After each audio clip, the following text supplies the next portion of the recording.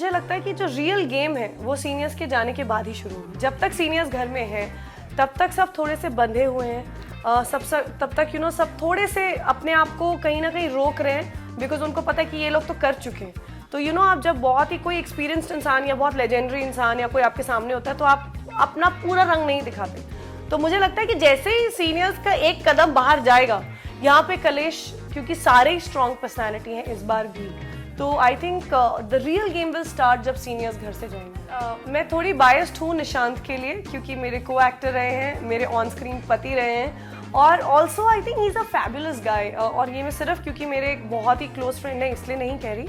I think genuinely वो एक ऐसे इंसान हैं जो अपनों के साथ टिके रहते हैं, उनका स्टैंड लेते हैं। स्पेशली अगर किसी लड़की के साथ गलत हो जाए तो उससे बर्दाश्त नहीं होता है, और मैं वो दिल से चाह रही हूँ कि वो उसका जो साइड है वो और दिखे। So I think Nishant is going to be strong, और वो किसी से नहीं डरता। वो बोलेगा तो मतलब फिर फुल ऑन बोलेगा। बाकी निक्की बहुत इंटरेस्टिंग लग रही है मुझे। निक्की जब स्टेज पे आई थी तो मज़ा आ रहा था देखकर, लेकिन मुझे ये भी लग रहा था कि कहीं फेक तो नहीं है, कहीं वो क्यूट बनने की कोशिश तो नहीं कर रही, जो सबको ही लग रहा था कि कहीं। लेकिन ना उनकी जर्नी देख के लग रहा है कि नहीं यार, वो ऐसी है कि मैं आई हूँ, मैं दोस्ती वोस्ती करने आई नहीं हूँ, मैं जहाँ जो करने आई हूँ मैं वो करूँगी, and I am gonna play a game. तो मुझे उनकी वो ट्रांसपेरेंसी धीरे धीरे बहुत अच्छी लगी। यार मुझे ना बहुत बुरा लग रहा था जब रिजेक्टेड कंटेस्टेंट्स को बाहर रखा गया, क्योंकि मैं उस घर में रह चुकी हूँ और मुझे पता है कि बाहर रात को बहुत ठंड हो जाती है, और उस ठंड में बाहर रहना उन काउचेस में, वो ओस जैसे वो काउचेस थोड़े गीले हो जाते हैं। So it is not easy to stay outside. और आई थिंक रुबीना बहुत देर तक रही, निशांत भी रहा, तो मुझे वो मतलब ऐसा लगा था कि कब ये लोग अंदर जाएं। मुझे निशांत का, जानू का, जान या जो भी वो उन सारे कंटेस्टेंट्स का वो अटेम्प्ट बहुत अच्छा लगा कि पहले ही टास्क में उन्होंने अपने बाल भी उड़ा दिए, निशांत ने बिकिनी पहन ली, तो ये करना इतना आसान नहीं होता है, और आई वॉज वेरी प्राउड। सो मुझे स्टार्टिंग बहुत इंटरेस्टिंग लगा। He is so warm, like उनकी एक अर्नेस्ट एक बिहेवियर है जो बिल्कुल नहीं लगता कि आप सलमान खान के सामने हैं। वो इतने प्यार से बोलते हैं, आपको इनडायरेक्टली हिंट्स भी देते हैं कि आपको ये करना चाहिए, या आप इवन वीकेंड का वार जब आता है आप देखेंगे वो हेल्प करते हैं।